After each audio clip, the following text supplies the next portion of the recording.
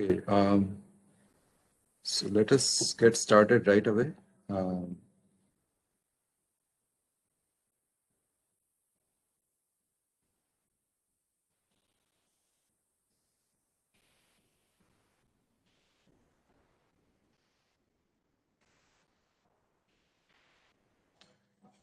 Okay, are you able to see the screen?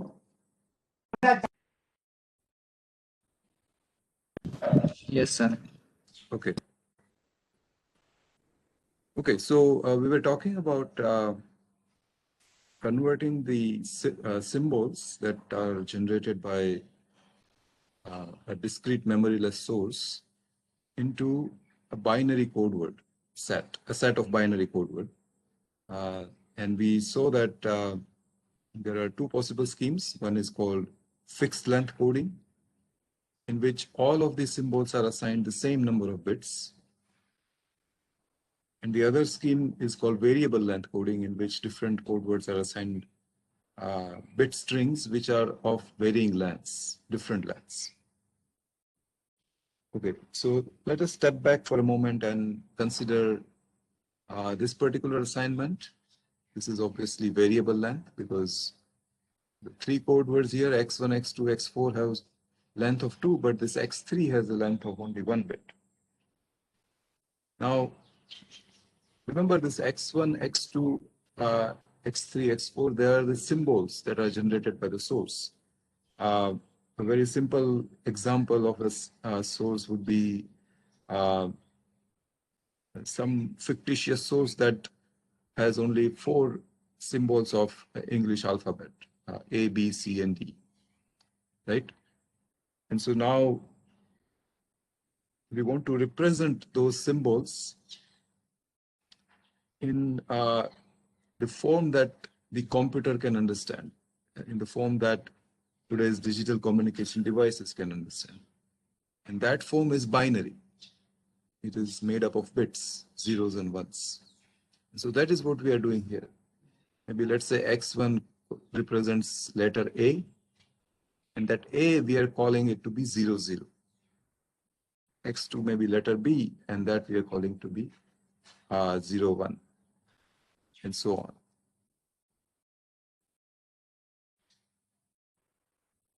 Okay, so that is the idea here.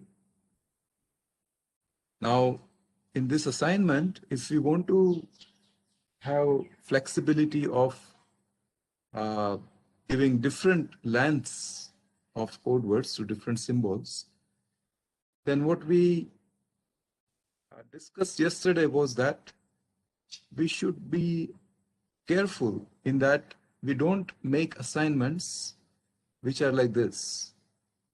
Here you will see that x4 belongs to the subtree of x3. The other way to say that is that if you start from the root of the tree and go to x4, then this x3 is sitting in between. Yet another way to say that is that x3 is the prefix of x4, meaning that if you write x4, initial part of it is actually x3. So that we say it is a problem because now the receiver will be having an ambiguity when it receives a certain sequence of bits. It wouldn't be able to determine for sure which particular symbol sequence was transmitted. That is what we discussed yesterday. Right? And so what we said is that to avoid that ambiguity problem, we are going to insist that this type of arrangement is never done. And we are going to require an arrangement on the binary tree or the assignment of this binary code words to the symbols, which looks like this.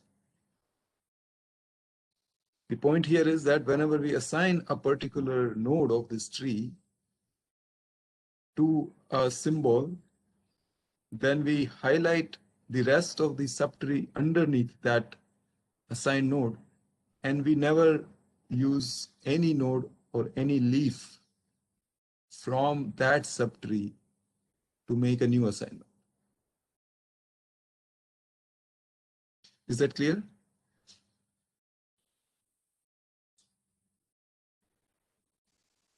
Yes, sir.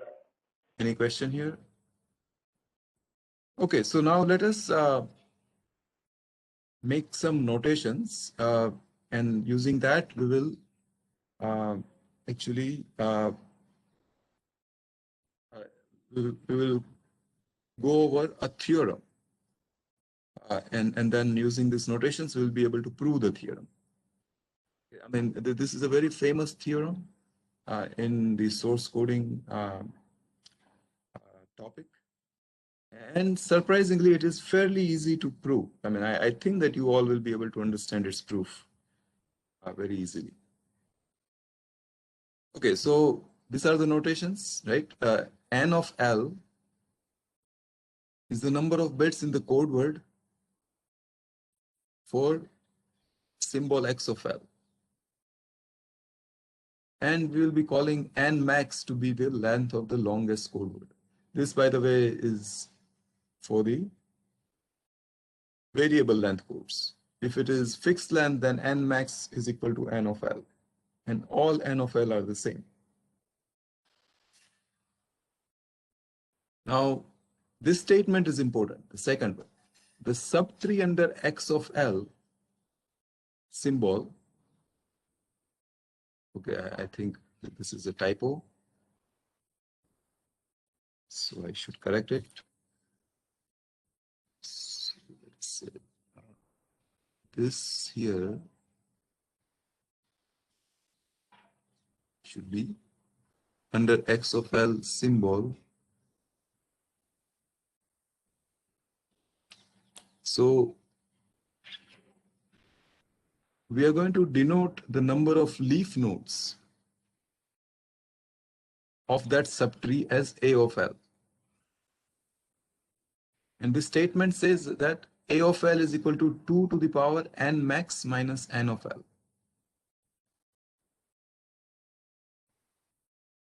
Leaf, these are the number of leaf nodes. Leaf nodes are the nodes at the lowest level. Okay, so how to see this? So I'll draw that same tree again here, right? So this is the root.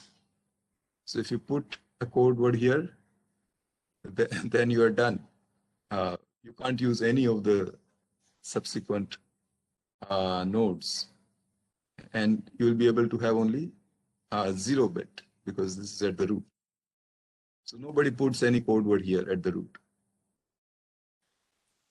The very first code word that you can put is at this level, and now if you put a code word here, its value will be 0. Code word here will be 1. And so the length obviously is n equal to 1 at this level. Here the length is obviously n equal to 2. So for example, this particular code word is 0, 1. So its length is 2 bits. This is 1, 0. So also its length is 2 bits.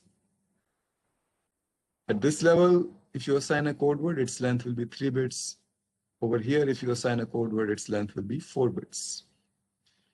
And max in our case is 4 because this one here, 0, 0, 1, 0, is having 4-bit long code word. Right? So n max is 4. Now let us consider what is the subtree under X of 1. Remember, this is X of 1. And this is the subtree underneath that. And you will see it has 2 leaf nodes. And that agrees with this equation. N max is 4, n is 3. So 2 to the power 4 minus 2 to the power 3. Sorry, actually 2 to the power 4 minus 3 gives you 2. So I think again I have a typo here. It should be divide by 2 to the power 4 divided by 2 to the power 3. I shouldn't have subtracted here. So sorry for that again. I won't make corrections at this point, but I'll revise this set of slides and make that correction. So this should be 2 to the power 4 minus 3 as per this equation. This equation is correct. And so you will see that A1 is 2. A2 is going to be 0 because this is already the leaf node. So there cannot be any other leaf node underneath that. And that makes, okay, wait a second.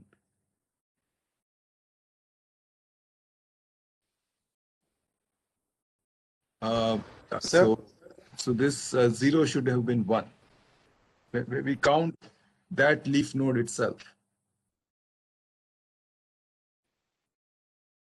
Okay, so I think there are unfortunately mistakes on this slide, but let me write it down in this way. So A1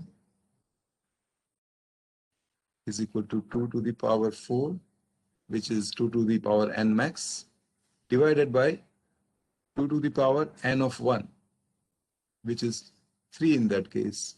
So that becomes 2 to the power 4 minus 3, and therefore the answer is 2, which makes sense. If you look at this subtree, it has 2 leaf nodes. If you go to A2, then you count that leaf node itself. And that obviously is 1, which makes sense because now you will have 2 to the power 4 divided by 2 to the power n2, which is again 2 to the power 4. So you get 2 to the power 4 minus 4, which is 1.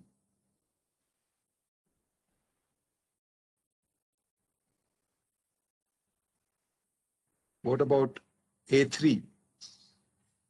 So you see this A3 has 4 leaf nodes.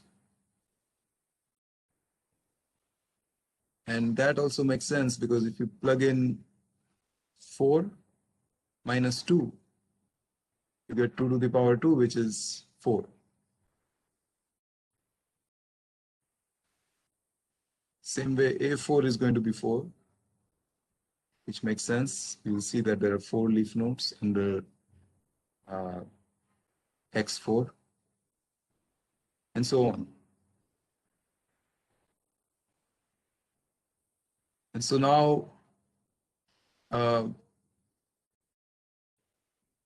again, there are mistakes here. So I should say that if I add up all of A of L, what do I get? So 2 plus 1 plus 4 plus 4 plus this is again 1, this is again 1, and then the last one is 2. And so I get total of 15.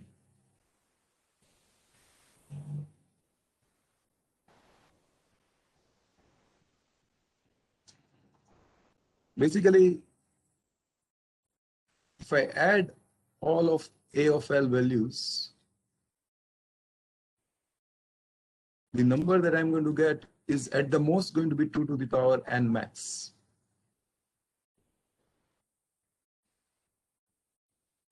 In other words, summation of A of L, where L goes from 1 to capital L, has to be less than or equal to 2 to the power n max.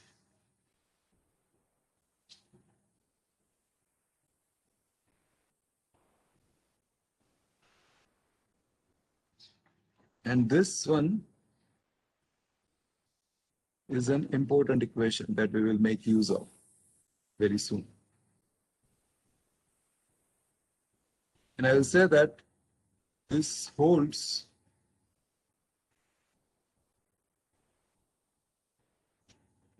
only if the code is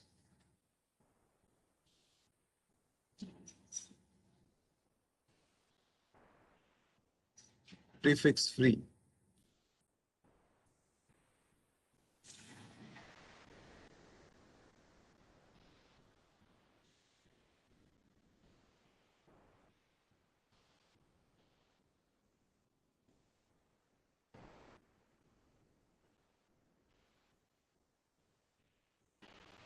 who has understood this part? Who can tell me why, first of all, I can write this inequality? And secondly, why this inequality holds only if the code is prefix free? Can anybody explain?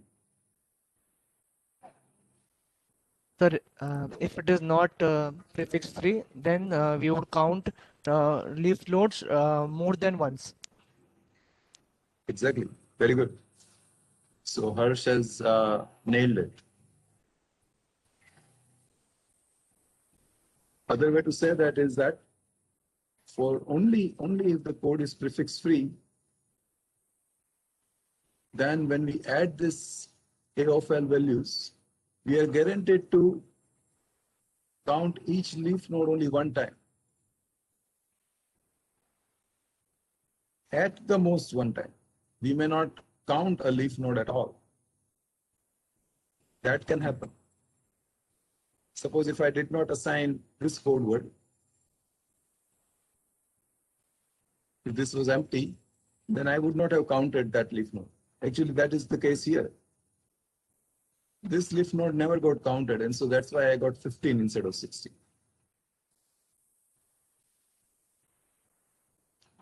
So a leaf node may not get counted,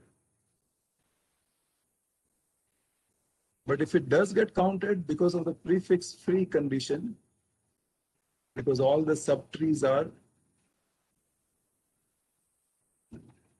different, they are not overlapping, they don't come and sit on top of each other. That is why each leaf node gets counted only one time. And that is number of leaf nodes is obviously 2 to the power n max. That is why when you add up all of this A of L, you get a value which is at the most 2 to the power n max.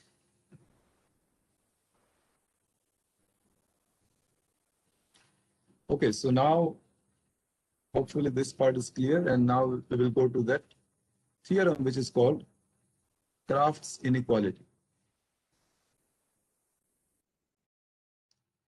So what this theorem says is that for a prefix free code, if you add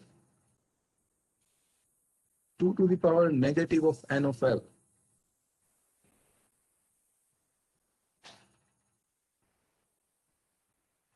for all L symbols, that value will never be greater than 1. At the most, it will be 1.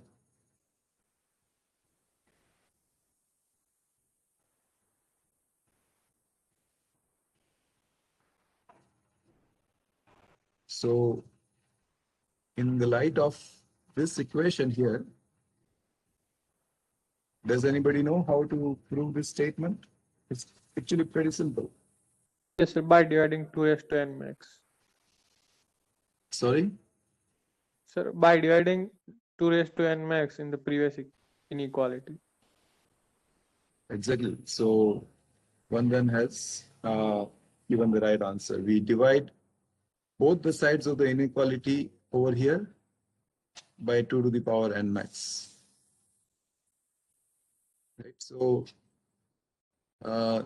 we have said that the subtree under an assigned code word has a total of 2 to the power n max minus n of L leaf nodes. And because the code is prefix free, the different subtrees are non-overlapping. And because the maximum length of the code word is n max, total number of leaf nodes is 2 to the power n max.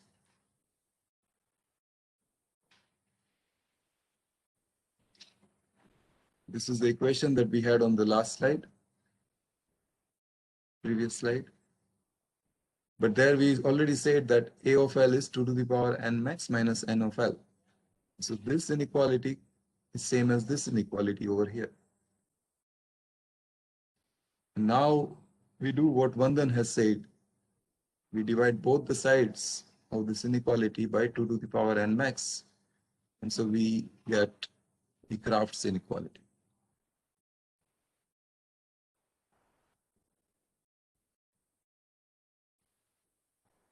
Okay, so I hope that this part is clear. Now let us see something quite interesting. So let us say that somehow, I don't know whether by some careful design or by just stroke of luck, we did some coding. We took all these different symbols and we started assigning variable length prefix-free code to these symbols. And then we looked at their lengths, we did this calculation, and oh, it turned out to be 1. So that inequality turned into an equality. Just a second.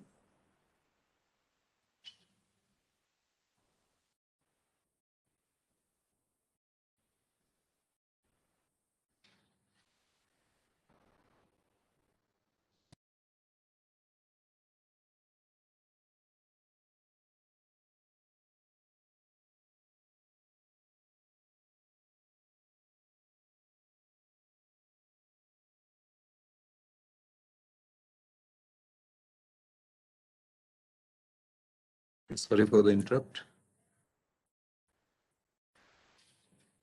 Okay, so what I wanted to ask you is that in this case,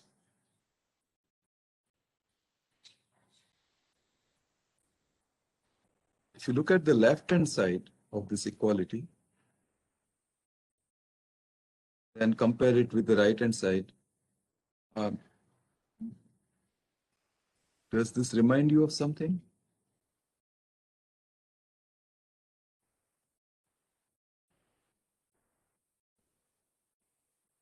Probability sum.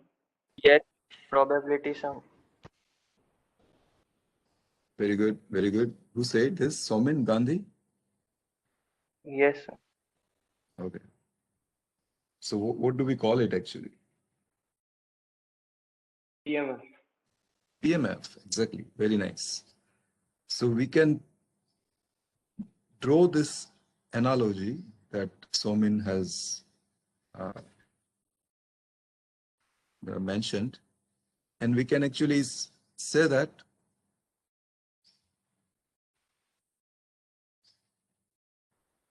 the left-hand side is a probability mass function. So here we are taking kind of a leap of faith. There is no real reason for us to suppose that, but we say that, okay, suppose it is like that. Then what happens is this 2 to the power minus n of L becomes the probability of L symbol. It may not be the real probability, so let's call it pseudo probability. But then a funny thing happens. You see, if I equate 2 to the power minus n of L to P of L hat, pseudo probability of L symbol, then n of L actually becomes negative log base 2 of P of L hat. But that is what we have said is the information content of a symbol with probability P of L.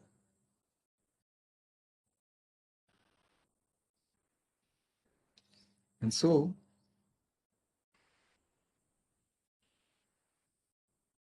the code word lengths actually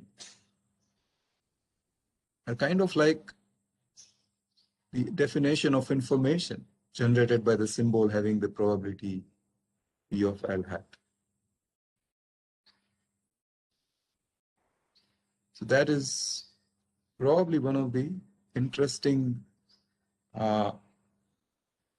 observation that we can make from Kraft's inequality. Okay. So now let us make one definition here. And this is what we are going to call rate R, and this is capital R. Later on, when we go to channel coding, there we will be defining a rate also, but that will be small r, small case r. Here it is capital R. So rate R of a source code is the expected number of bits, or the mean value of the bits, or the, roughly speaking, the average number of bits that are required to represent a symbol. So if I go back to this here, what we would need to do is take an average of 3, 4, 2, 2, 4, 4, and 3. And it's not simple average because we are taking the expectation. So we have to account for the probabilities of occurrences of all of the symbols. But that number will be somewhere between 2 to 4. Right? The average value will be, it obviously cannot be less than 2. And it cannot be more than 4. So it will be somewhere between 2 to 4. So that is what we mean by the rate R of a source code. Now, who can tell me how to write the equation for R?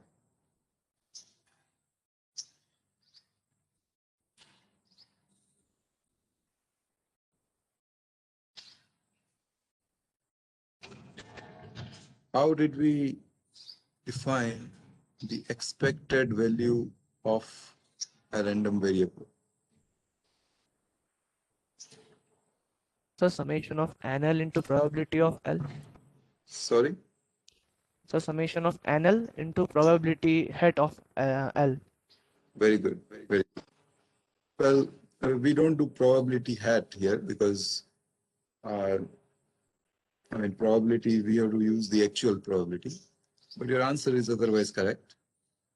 So the rate R is defined as summation of P of K times N of K, K going from 1 to L. Or actually, this is also a little, I have called this K to be L. So that is what I think Harsh was saying. So I'll make that change. So L going from 1 to capital L, P of L, N of L, P of L times N of L. This is how we have earlier defined the expectation.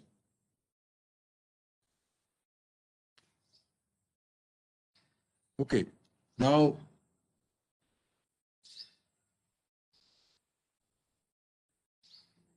from here, what can you say? I don't know how to ask this question. Okay, so now that this equation is in front of you, from here, can you draw some, can you make some observation?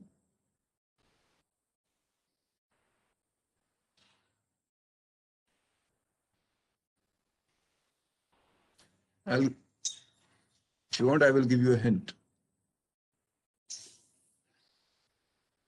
The observation that I'm asking you to make will require you to go back to the previous slide and make use of the observation we made over there. So that PL is equals to 2 raised to minus N of L. That, Yeah. okay. Sir, it is like entropy, I think. Very true. Who said that?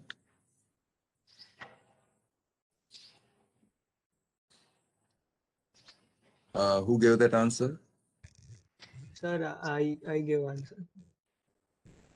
Pujan? Pujan Patel. Yeah, so that is very good. So you see that on the previous slide, we said that N of L is like the information generated by the L symbol. And so if I plug in that here, then R becomes summation of L going from 1 to capital L, P of L, times negative log base 2 of P of L. But this one now here is, I have to put a hat here.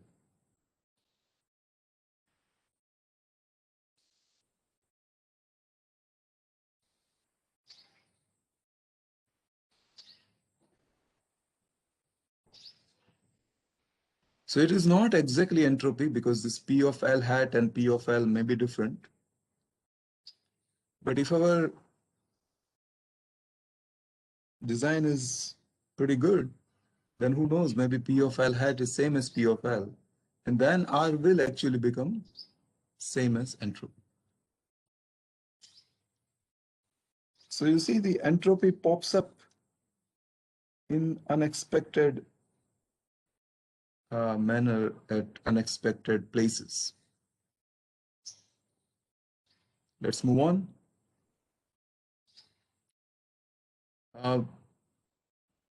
If it is a fixed length code, then, and if you have capital L symbols and you are assigning same number of bits to all of those symbols, then the average number of bits per symbol, it cannot be less than log base 2 of L. Right? If you have, let's say, L equal to 4, then you cannot have any coding scheme which makes less than 2 bits per symbol.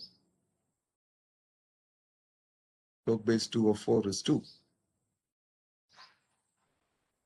If L is 8, then you cannot have less than 3 bits. You can have more. You can put 4 bits per symbol on average. That will be wasteful, but it will still be a proper fixed length code. But you cannot do less than 3 bits if L is 8. If L is 32, you cannot do less than how many bits? 5. What happens if you do less than 5 bits? Repetition will occur. We will not get unique symbols. Huh? Will not get prefix free symbol. Unique won't be there. Otherwise, prefix free won't be there. No, Coding. this is fixed length. So fixed length is always prefix free. Then It would be we not should- be a fixed length code, sir. If you do, let's say instead of 5, if you try to have an average rate which is 4 bits only, then using 4 bits you can identify only 16 symbols. Then what happens to the remaining 16?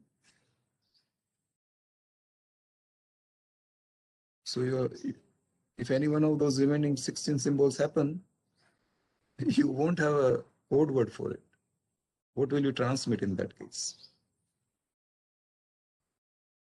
Right, so that is why you cannot have R less than log base 2 of L.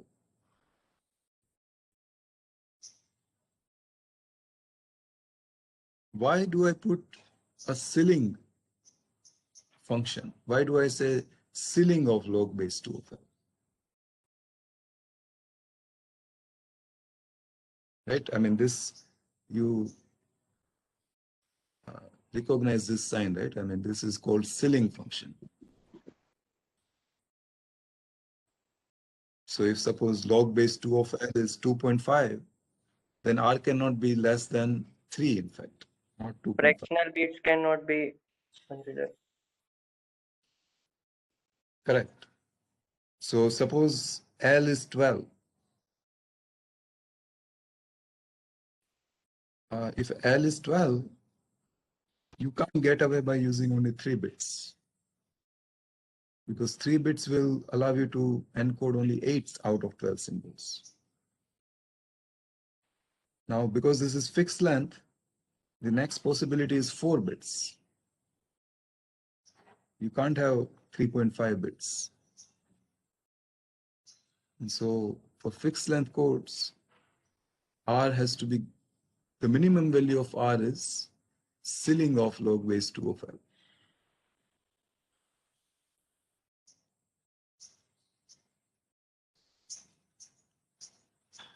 So the entire design of the source encoding has this objective. We have to come up with a uniquely decodable code that somehow minimizes R.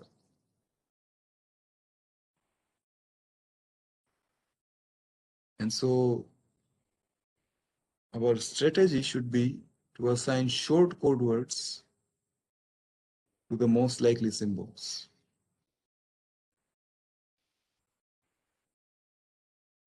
That should be our strategy. And it matches with the information definition. The most likely symbols have large value of P, and the corresponding information is small.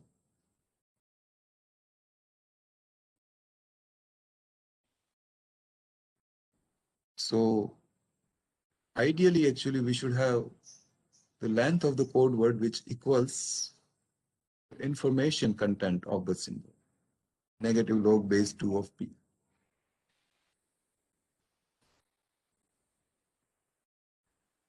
And the reason why I can say that is because there is a theorem of information theory, which is in that Shannon's original paper, which says that R cannot be less than entropy of the source.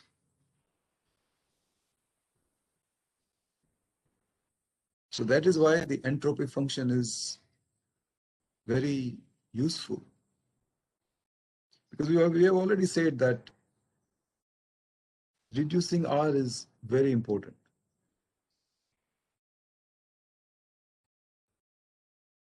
If you are not convinced, I would say you maybe do a web search and see how many millions of dollars companies such as Facebook and Google have paid to some companies, maybe some company in China, some in Israel, who have come up with smart ways, smart algorithms to reduce R.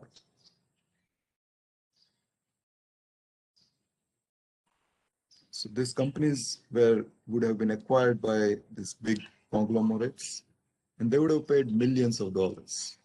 Why? Because they came up with this new scheme, there's some smart scheme by which R goes down. Reducing R is the game. That is the name of the game. And it's important because if R goes down, Facebook has to manage less number of servers, data servers.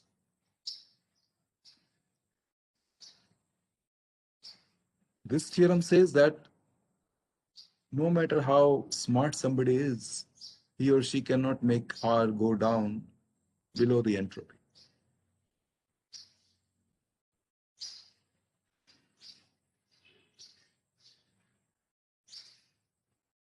How to prove this theorem?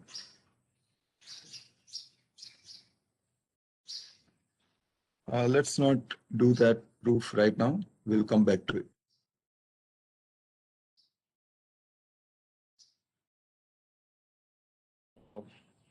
We have maybe about half an hour left.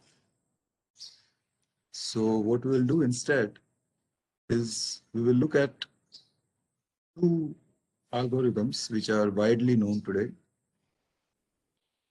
One is called Huffman Coding, and the other one is called Lempel-Ziv coding. Huffman coding was invented earlier than Lempel-Ziv. Lempel-Ziv was invented, I think, sometime in 1970s.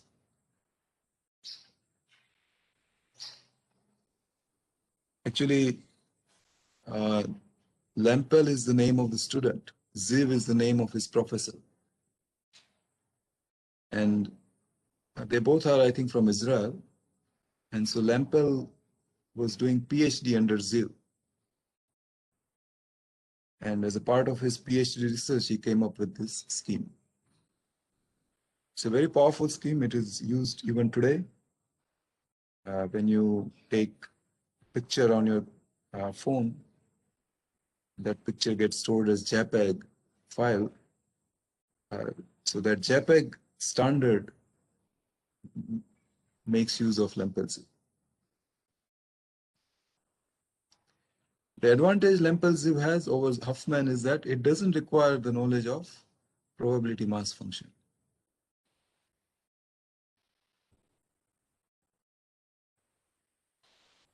Okay, so we will go over these two algorithms over the remaining half an hour.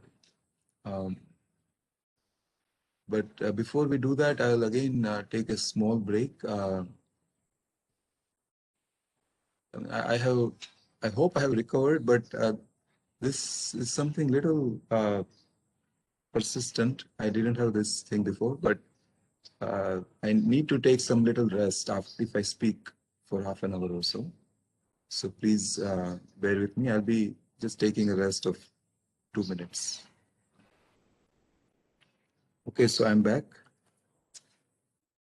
So let us move forward.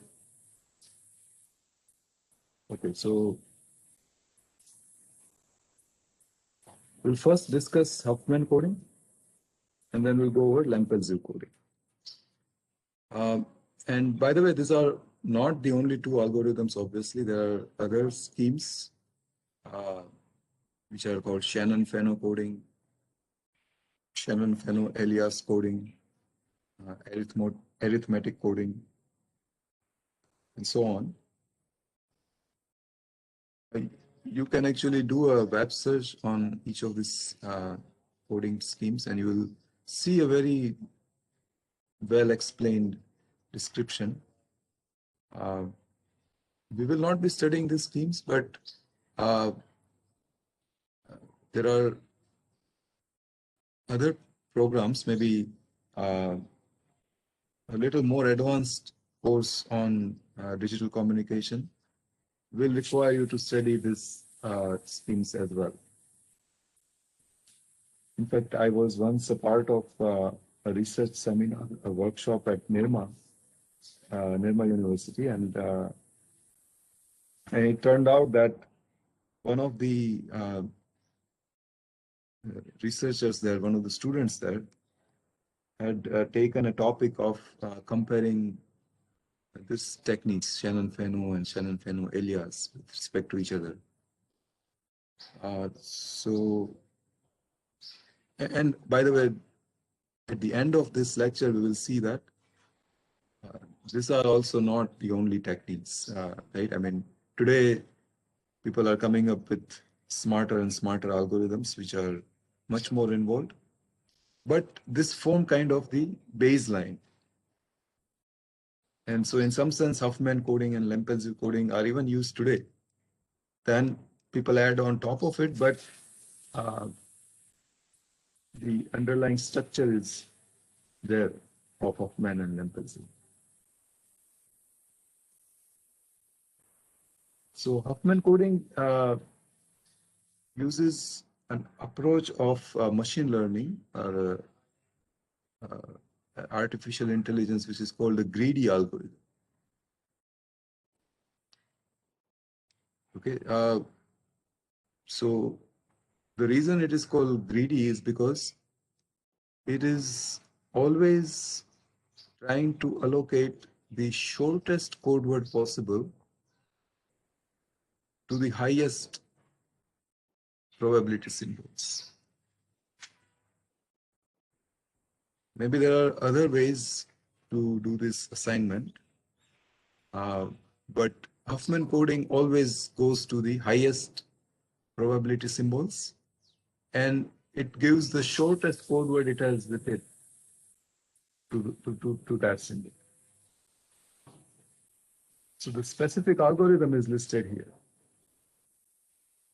First is to list all the symbols in descending order of probability. And so once you do that, the symbols in the lowest two position obviously will have the smallest probabilities. So what you do is you combine them into a new virtual symbol, a new pseudo symbol. So at the end of step 2, instead of capital L symbols, how many symbols will you have? L minus 1. Exactly, you will have L minus 1 symbol, because instead of 2, now you have 1 combined symbol. And so now you repeat 1 and 2 again. And so once you keep on doing that, maybe L minus 1 times, you will have only one single combined symbol. And then you draw a binary tree of this process. And then that's it. Then you start assigning the bits to that binary tree. So the algorithm is fairly simple. And I will ask you to implement an experiment with this algorithm in the lab next week. So we'll do an example. I think that should make it clear what this step 1 to 5 are. So there are 6 symbols here. Oh, by the way, do you already know this Huffman coding algorithm? No, sir. No, sir. Okay. Okay. So then this is new for you, but hopefully it's going to be straightforward. It's not terribly difficult algorithm. So here I'm considering a source which has 6 symbols, x1 to x6. And these are the probabilities that I am assuming. And step 1 is to put the symbols in descending order of the probabilities, which is what I have already done. And then step 2 is to combine the two smallest probability symbols, x5 and x6, into a combined symbol, which is what I've done here. So actually this is already step 1 and step 2 combined. So now instead of 6, I will have 5 symbols. x1, x2, x3, x4. And then instead of x5, x6, I have this pseudo symbol. So I again do the descending order, and this is how it turns out. So this tree here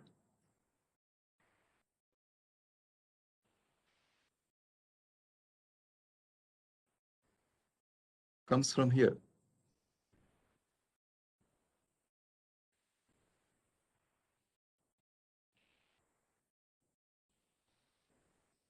And then this one is the new part.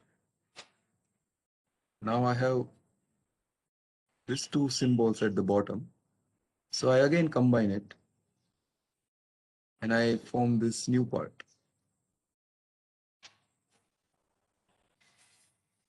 So I keep on doing that. So who can tell me now, in the third step, third iteration, what should be the table? Can you tell me what should I write at the top?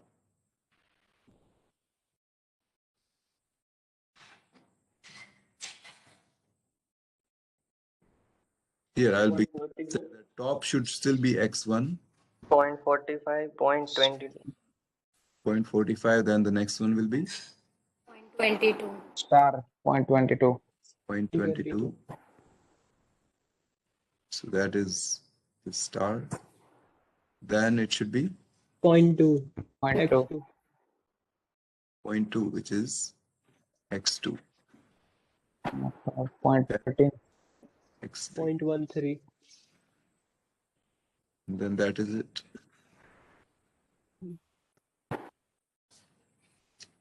So that is this one here.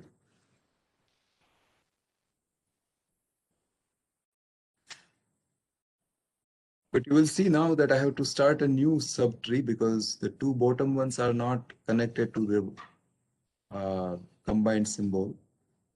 And so I drew a new subtree here for that. The previous one is not disturbed in this step.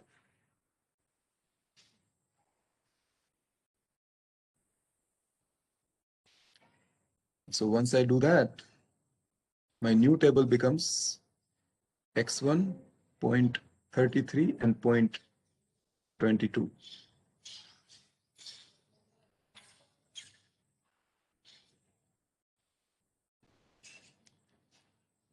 And so now I combine these two virtual symbols. So basically I connect these two subtrees and I get this whole subtree. But I'm still not done because when I'm done, this top one should read 1. Because that is when I have combined all of the symbols. And so this is how I complete the algorithm. Now I have only 2 symbols, as you can see here. I turn them into a virtual symbol so the total probability becomes 1. And then this is my whole tree. And it's a binary tree, so I know how to do the assignment. Whenever I take a left turn, I give it either 1 or 0, it doesn't matter. Whenever I take a right turn, I give it 0 or 1. So in this case, I'm giving 1 to every left turn, I'm giving 0 to every right turn. And so I just go down the tree. And obviously the virtual symbols are non-existent, so they don't matter. But whenever I arrive at the actual symbol, then the corresponding bit string becomes the code word. So x2 becomes 111. Actually, x1 is only 0 because it was really highly probable. And so on.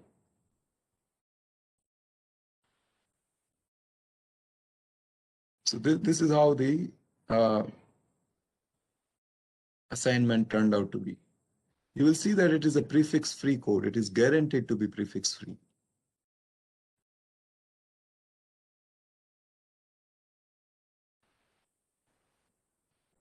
So we can do some calculations.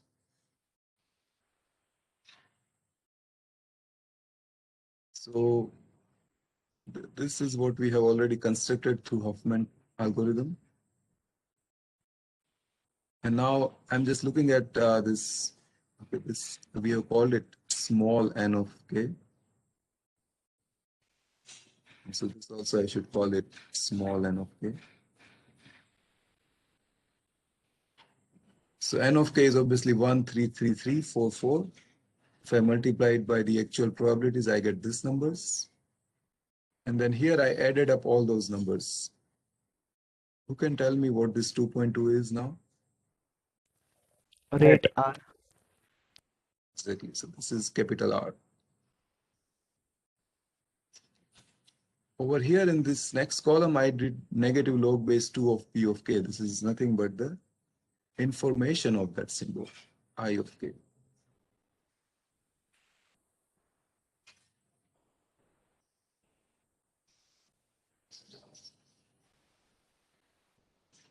So which column do you think I should compare this column with? This column here? NK. Yes, exactly. I should compare it with NK. And you will notice, surprisingly, that Huffman is actually sometimes even better than I of k. Instead of 1.15 bit, it gave only 1 bit. So it uses even less number of bits than the information.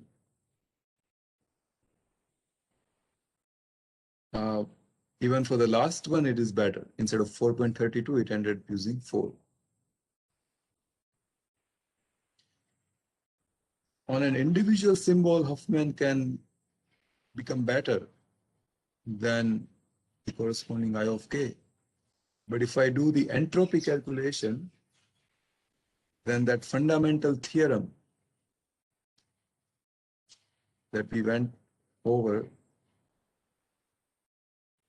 tells me that at the most R can be equal to 2.18. In this case, Huffman did actually pretty well. It came super close to h of x.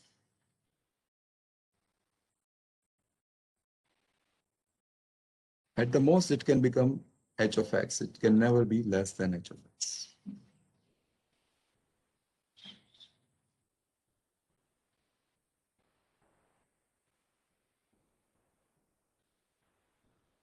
Okay, so how do we get even closer to the entropy function? So one way is to use Huffman algorithm on pairs of symbols, or triplets of symbols, or quadruplets, and so on.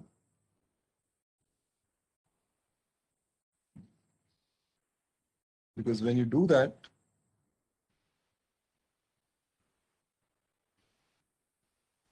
somehow this averaging process becomes better.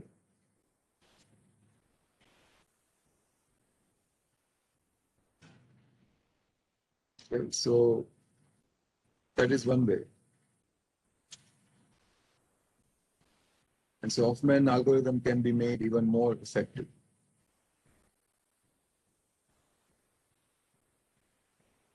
So then what is the downside of Huffman algorithm? Well, we need to know the symbol probabilities. And if we do pairs of symbols, we need to know the probability of the pairs of symbols. If we do triplet or quadruplet, we would need to know those probabilities. That starts becoming pretty tough after some point. So English has 26 letters. And yeah, fine, you can probably determine the probabilities of those 26 letters. But if you want to do quadruplets, for example, then there will be how many total number of symbols?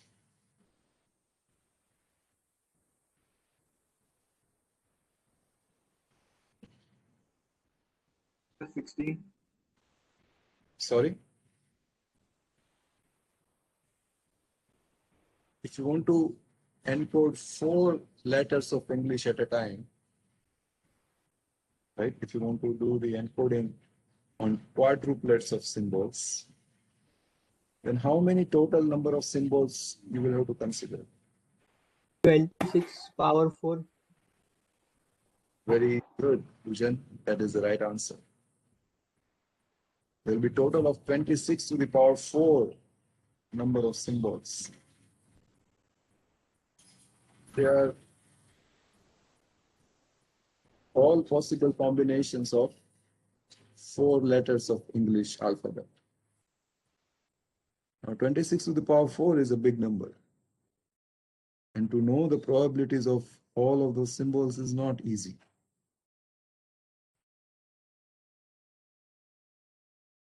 Somebody works hard and finds those probabilities, but maybe there is a mismatch.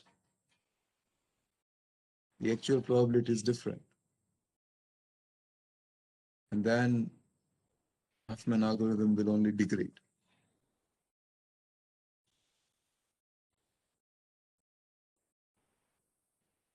The other problem is that you start with some known probabilities, but what if after some time, maybe after 1 year or 2 years, those probabilities change?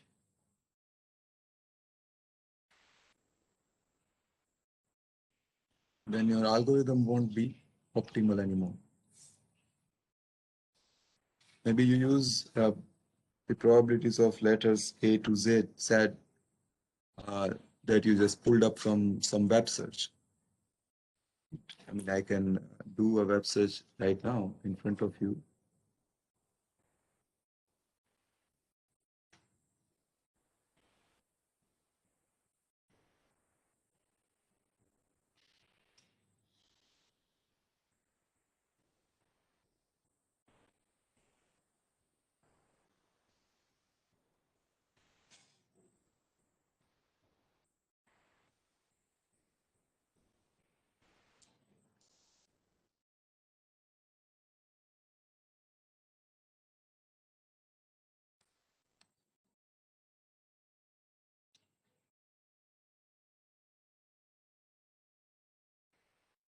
So I get an answer. Letter E has highest probability of 12%.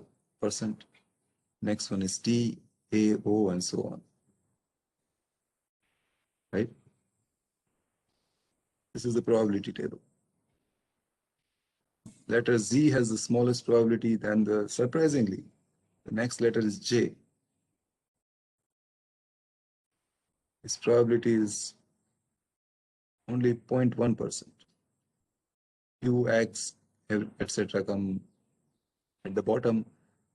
Symbols such as E, T, A, O come at the top.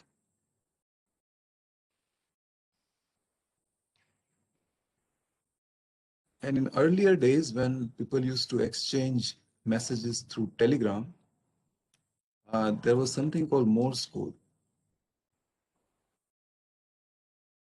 And Morse code actually did that only. It had dashes and dots. And look at E. This engineer Morse was smart enough to say that E is the highest frequency letter, highest probability letter. And so he gave it only one dot. But in comparison, look at J. J has such a long length. Z also has a long length. Y has even longer length. So Morse code is actually following a lot of the concepts that we have learned.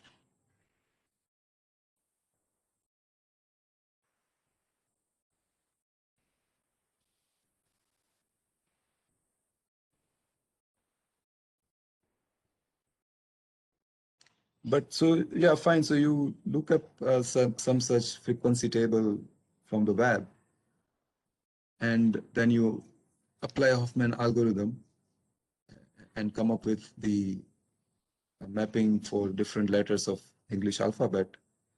And now you suppose use the same coding on some English essay that I write, for example. Now, I am not very good in English. English is not my mother tongue. And so compared to the overall English-speaking population in Europe and in US, etc., my usage of English is going to be different. I won't be as fluent, or I will not be using maybe as many words, variety of words. And so if you look at all the probabilities of different letters from a long essay that suppose I write, maybe those probabilities will be different, slightly different at least, compared to that table we just now saw. Okay, so then Huffman code will not be optimal again.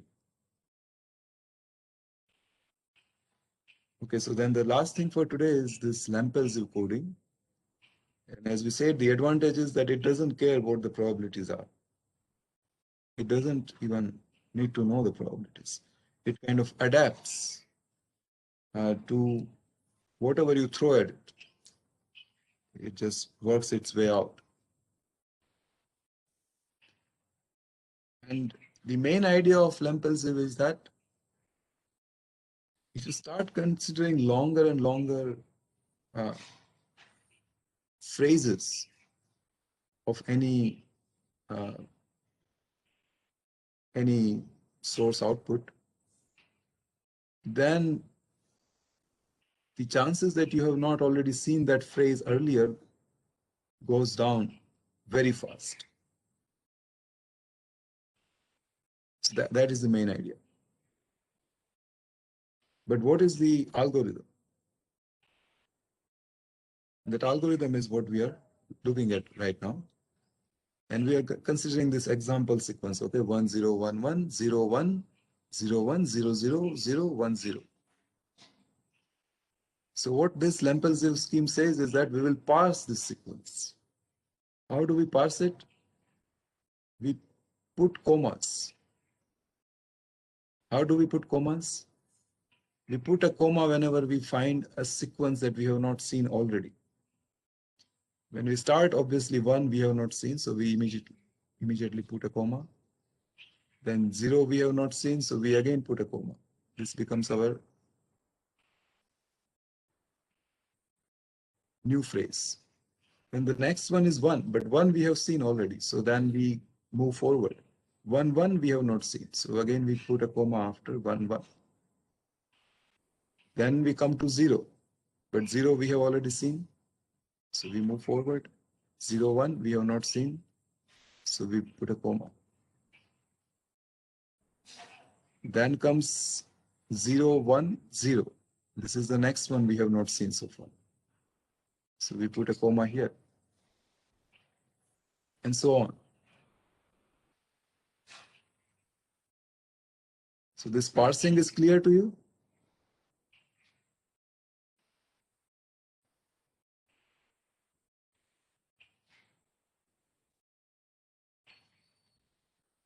We are generating phrases, and the way we generate phrases by keeping on scanning until we find a new phrase. As soon as we find a new phrase, we put a comma and call it an additional phrase.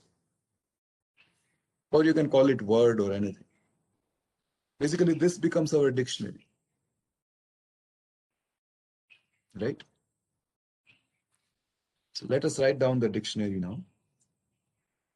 These are the total number of words in our dictionary. 1 0 1 1 0 1 0 1 0 0 0 and 1 0.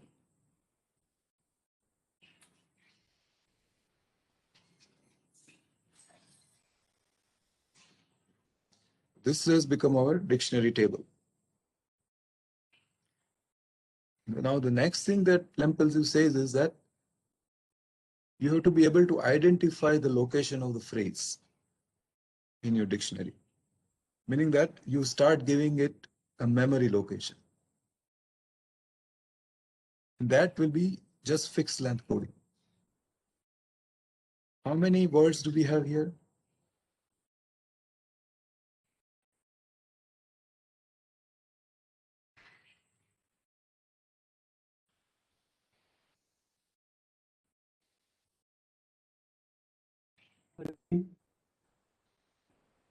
No? How many words? Here, I have a table. 7. 7. These are the 7 phrases or words that we have identified. So how many bits do I need to index them?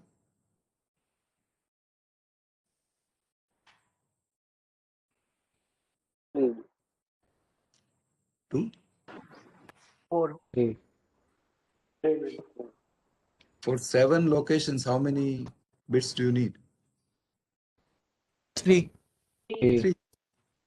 And so we just use 3 bits. 0 0 0 is the first one, and 0 0 1, then 0 1 0, then 0 1 1, 1 0 0, 1 0 1, 1 1 0.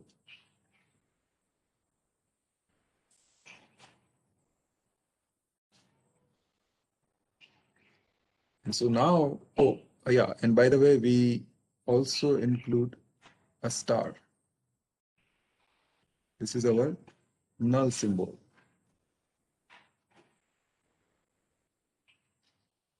Actually, I think I made a mistake. So this part,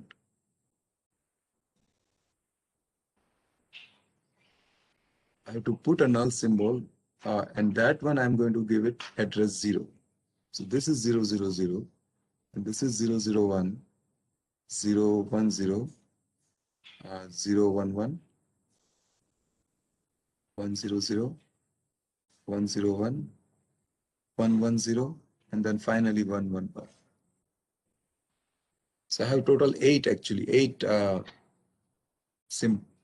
phrases or words. And then I index them from 1 to 8 in binary.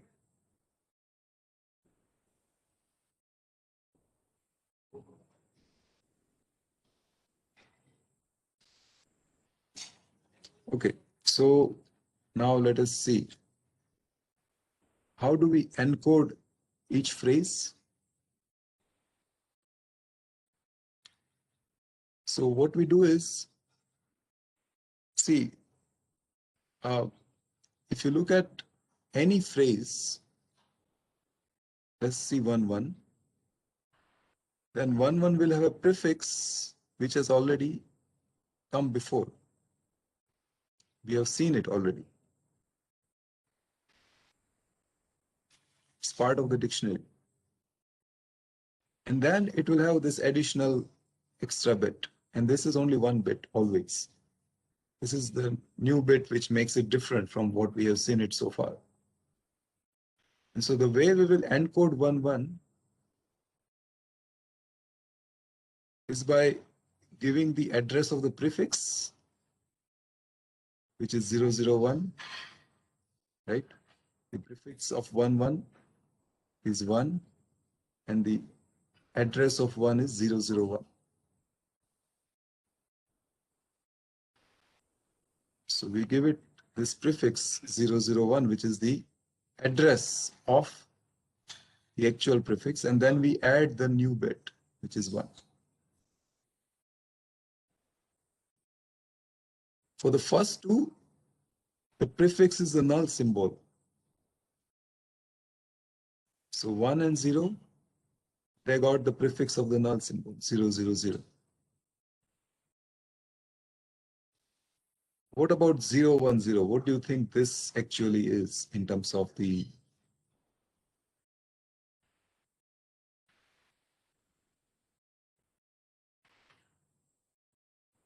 101.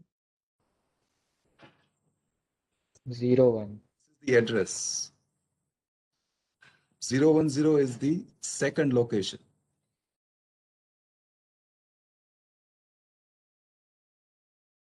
000 corresponds to null. 001 corresponds to the first symbol, which is 1. And so 010 corresponds to 0. Right here.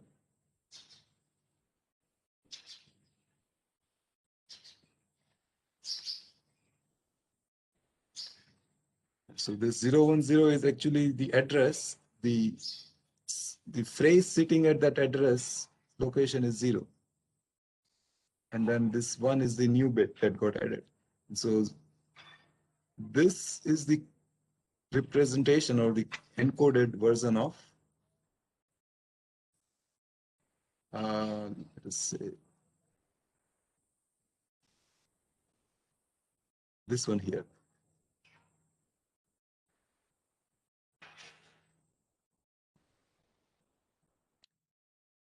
What do you think the encoding of this 010 will? Who can tell me that? 011, 0. 100, 0. Yeah. Who said that? Push.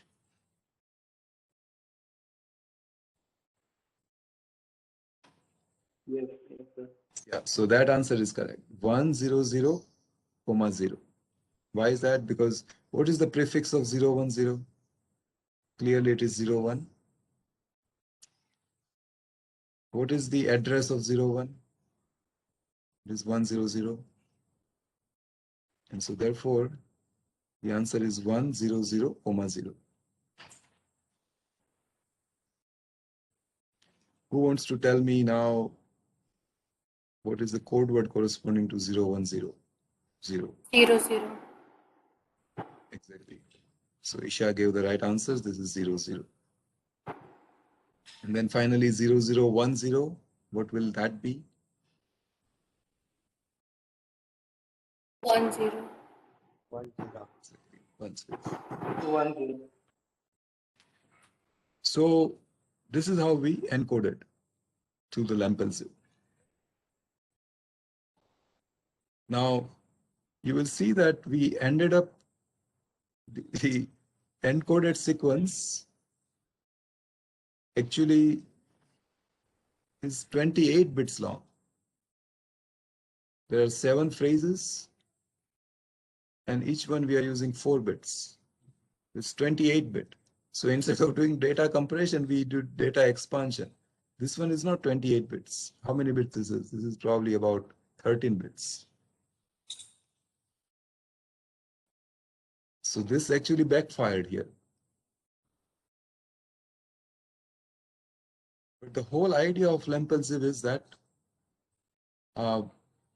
as you have longer and longer data string, symbol string, then this table doesn't grow actually beyond some point. So in other words, when you start out, the distance between two consecutive commas is pretty small. Here it's only 2 to 3 bits only. But if this was a long enough string, then the commas become far and far separated out. And so when the commas become separated out, meaning that the phrase becomes longer and longer, then what happens is, compared to the actual string, this table that you are making, this dictionary that you are forming, becomes much smaller.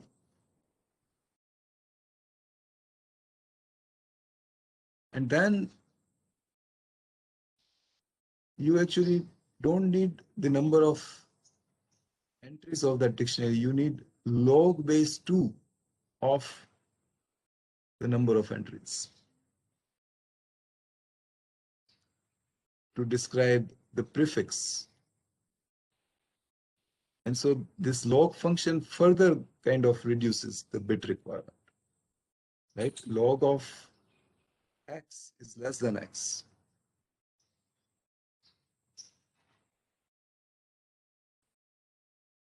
And so that is how Lempel-Ziv actually wins. That's how it becomes very effective in compressing data stream.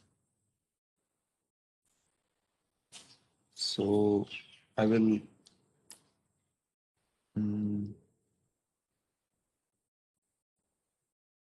see. I mean, I'm debating with Huffman coding. I think all of you should be able to do. It's a pretty straightforward algorithm. Do you think you would like to implement Lempel-Ziv also? I think it will be a fun project.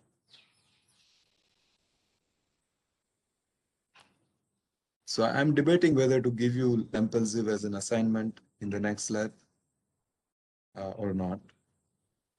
Think about it. If you want to take up that coding/programming challenge, nothing like it. But if you rather would like to sit back and relax and not do that programming work, it's fine. Anyways, so we will stop here for today. And I'll see you tomorrow in the morning at 8:30.